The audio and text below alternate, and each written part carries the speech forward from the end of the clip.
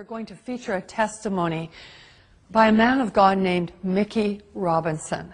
You're going to be absolutely amazed when you hear this story, because he was in a plane crash that literally destroyed him. In fact, it killed him. And yet he's alive to tell the tale. Hold on to your seats right now and listen to this amazing, outstanding testimony of the goodness of God. I'd never met anybody who ever told me about anything personally knowing God or anything supernatural other than historically what I knew from stories from the Bible. Never met one person who told me they had a real relationship with Jesus. Never knew about the need to really come into a relationship with the Lord through Jesus. And I was busy getting it on. But you know, there's not enough excitement in the world to ever satisfy. You always gotta have more. And I like stuff that was edgy, you know, skiing, and I always liked aviation stuff. And so I started taking flying lessons. Then I thought it'd be more fun jumping out of airplanes. So I became a sport parachutist, and that really got me. I mean, I became obsessed with skydiving. It really consumed my life. My existence revolved around that 30 to 60 seconds in free fall and that 5-minute parachute ride. Then I had to do it again. It's like like a drug, you know. It's almost good. Like an addiction. Oh, totally. And then all of a sudden, one night, all that was going to change. Shortly after takeoff, I don't really recall much because I was kind of dozing off, sitting next to the pilot, or actually sitting on the floor next to the pilot where we moved the seats in this new aircraft.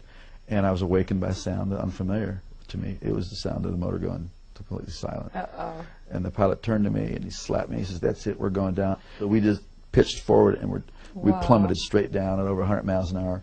And what was seen out of the cockpit, and this was told to me, I don't recall this, but we were going straight to the ground and we're headed right towards a gigantic oak tree. We did hit that tree going, like I said, over 100 miles an hour, and my face stopped my body going 100 miles an hour. So then the airplane cartwheeled on its wings and slammed into the ground. If you see pictures of the aircraft, it doesn't look like anybody could survive this.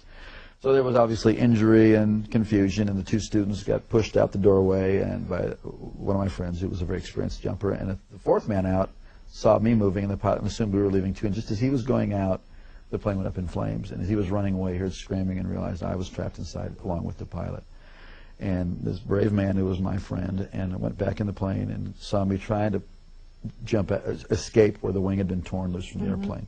But I was stuck, and by something on my equipment or my clothing, it was caught, and I was soaked with fuel, and it was on fire from head to toe. Wow. And just like you've seen in movies, a person whose whole body was engulfed in flames.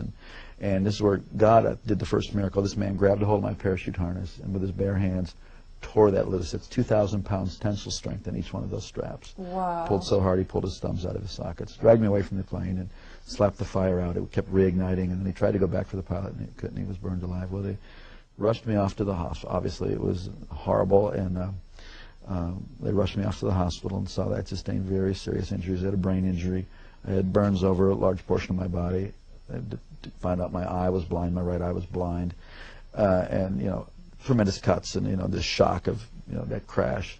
They told my family I was going to die. They told my sister to come that day because I was not going to be there in the afternoon. I had an experience I had never heard about. Never heard anything like this. As I was laying there in that condition, just racked with pain and discomfort in every way possible, suddenly my inner man, the real me, my spirit, sat up out of my body, and I could feel my legs go through the springs of the bed. Wow. And my spirit came out of my body as if you would take a glove off your hand. And instantly, I was in a spiritual world. Instantaneously, I knew this was the real world. And this man that I was seeing was the real me.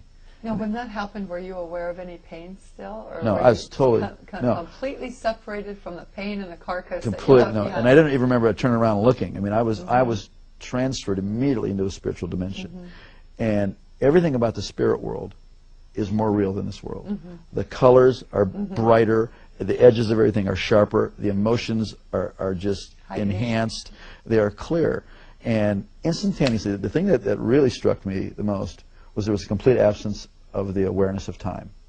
Everything in this world is relative to time. You know, you got up this morning, you'll go to bed at night, something is old, something is new, it will get old, something is born, it will die. Everything in this plane, in the physical plane, in the natural plane, is relative to time.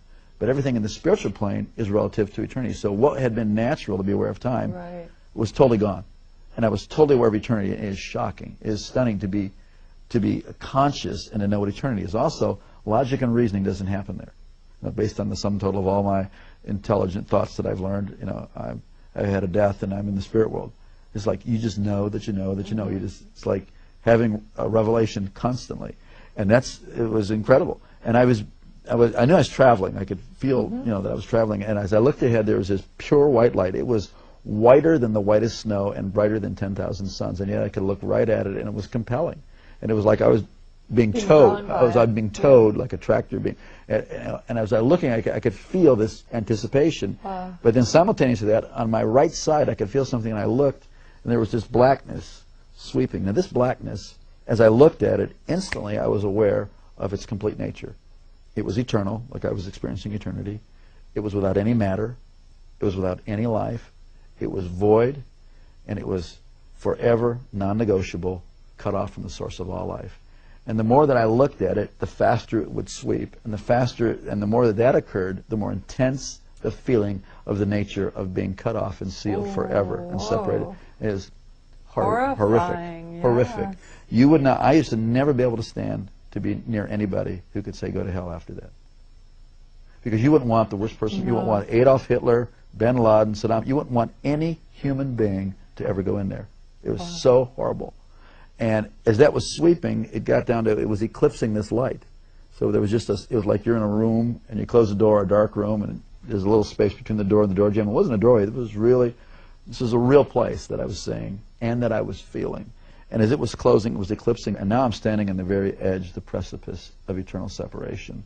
And I scream out of my spirit, I'm sorry, I want to live. Give me another chance. And just before that was to close, I was standing in the presence of Almighty God.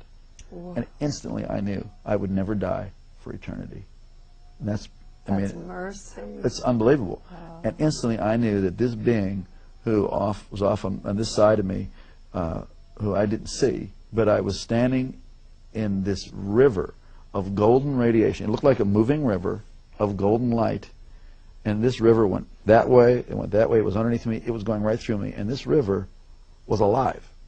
I don't know how to describe it, except that this called the river of life. This river was alive, and it's going right through me, and I'm more alive than anybody can imagine. I mean, this is the height of the experience of life. It filled up with life, and somehow I knew this being was going to take care of me for eternity. I didn't see the New Jerusalem. I didn't see any angels in heaven. I didn't see any people who had gone before me. This was the max. So I was so filled with just the love and all of God's majesty, all of His authority, all of His love, everything was just flowing through me. I was like vibrating like a tuning fork, the very essence of God's nature. But when God spoke to me, and not in a language like you and I are talking now, but the knowledge of His purpose, the word of His purpose, came in through that same light. And I was taken back to the same way I was like being reeled in like a kite, and I went down through space and time, this dimension. As my spirit settled into my body, and I could start to hear out of these ears and see out of this eye, I came to in the room, materialized kind of like they beam up on Star Trek, and I heard myself speaking in this beautiful language that I had never heard anybody talk about before. Heavenly language. You know, it was a beautiful language, and when my brain turned on, I thought, what in the heck is this other language? And I was no longer, the person who was dying and dead was no longer, and I was born again and filled with the Holy Ghost. I never heard about that. You know, for years I wondered, what was that blackness, and why did it sweep down to where it was just a sliver, like about a half-inch of white light? And years later, God revealed it to me. It was really a historical record of my life. That for all the years that I had lived, I was in darkness. And God gave me a space to cry out to Him. And in that space, it changed my future, my destiny, my whole purpose. God loved me the whole time. God was with me. But, you know, please don't wait until you're that desperate. We're desperate right now, and He's with you, and you have a chance today to cry out to God. It's not complicated. It's not religious. I mean, certainly my prayer wasn't all that complicated, and it wasn't about religion. It was about I needed life, and there is no one of us before God that doesn't need the whole life that He has to offer. It's usually fear that keeps us from doing that. Or like we're afraid, well, I'm not good enough. That's the whole deal. We need God.